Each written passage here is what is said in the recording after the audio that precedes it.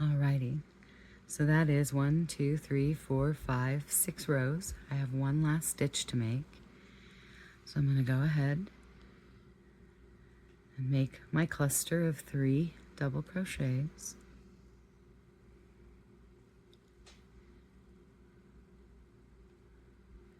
Chain 1, because it's my corner, and then go into the top of my stitch. And sometimes it's harder to see than others, so you just have to kind of be patient with it. Pull it through, and pull it through, which finishes that corner. Now this is that optional edge, and I'll show you on my other one. I have been going ahead and getting done with the third stage in this. This is not finished, and you can see it lays pretty flat. It looks all right. It's not the greatest, but it does its job. It lays down. You would not have to finish. You could be done here, or you can finish the edge, and that's what I would recommend if you're planning on giving this as a gift to someone, as a single or as a double. The ones I mailed are upstairs. I forgot to go grab one. They have the finished edge. So we're just going to finish this one so that you can see. Now I'm in the corner. I'm going to chain 1 up just so that I'm off the edge. I am not going to skip my first stitch. And if you look, right here is that first little corner. I'm going to go ahead and make a single crochet. Now the next stitch is here. I'm going to make a single crochet. Now all the way around, I'm going to do that, and you can see the V's at the top of each stitch is what I'm stitching in. That's what I mean when I say in the instructions, in the top of the stitch. And I'm literally just going around and single crocheting in the top of each one.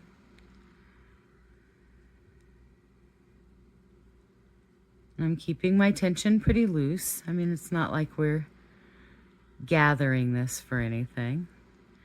We're just finishing the edge to give it kind of a final border, or for me, what it does is it lays all of the stitches more flat and even visually, and so I like it better.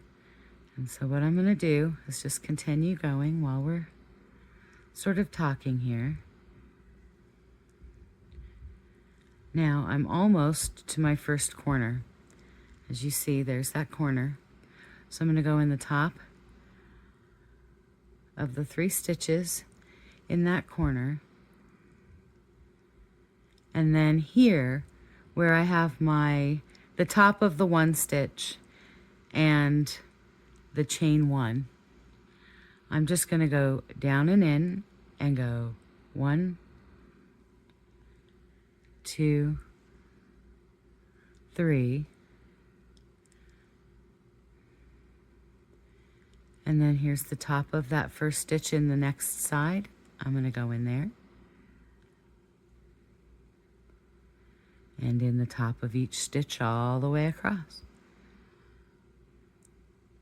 And when I get to the end of the row, we'll come back and look at this one, and I'll show you what it's done. Right now you can see it's kind of curled.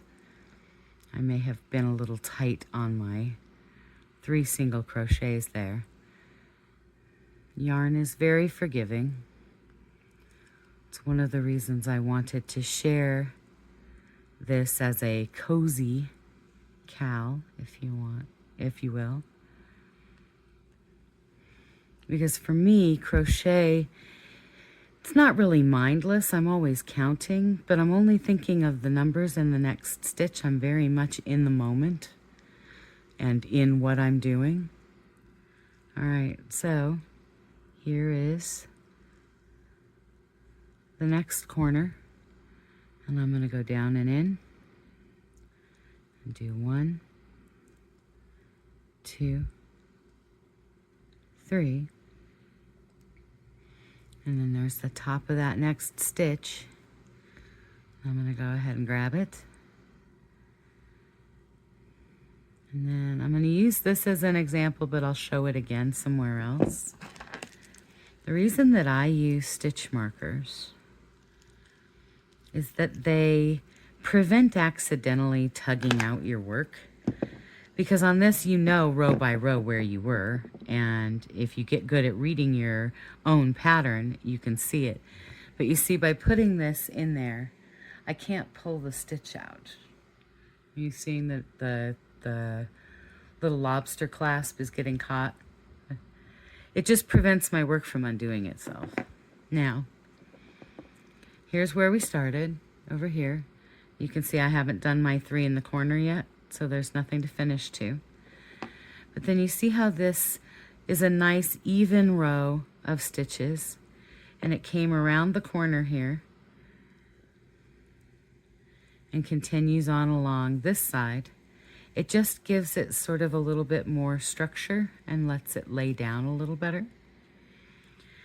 So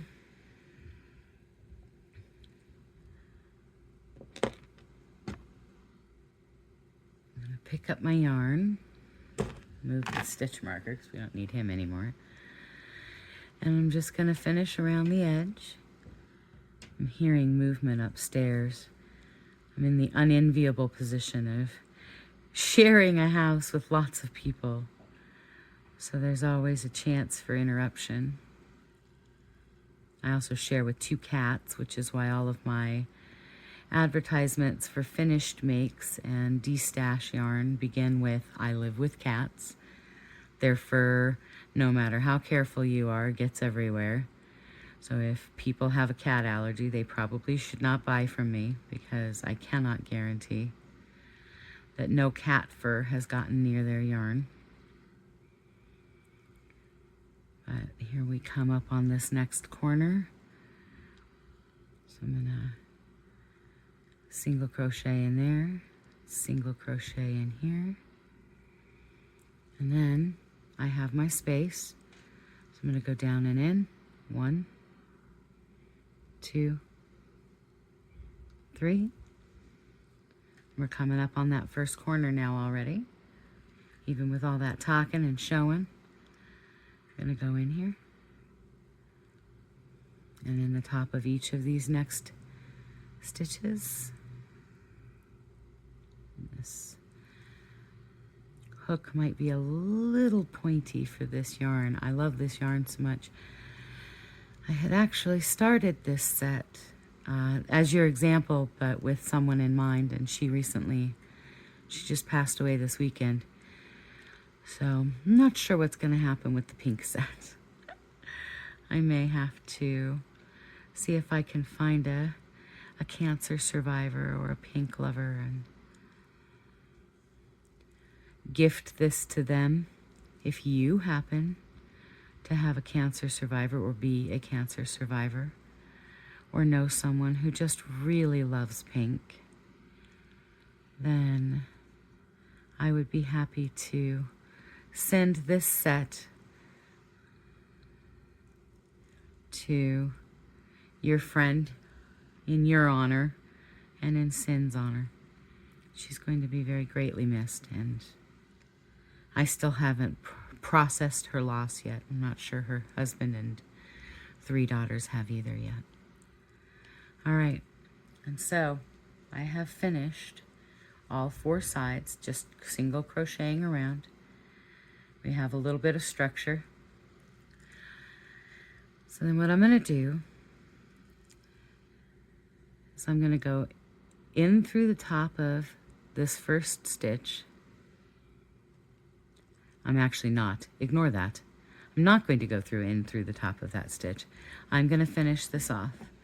And you want to finish it off with a little bit of leftover yarn.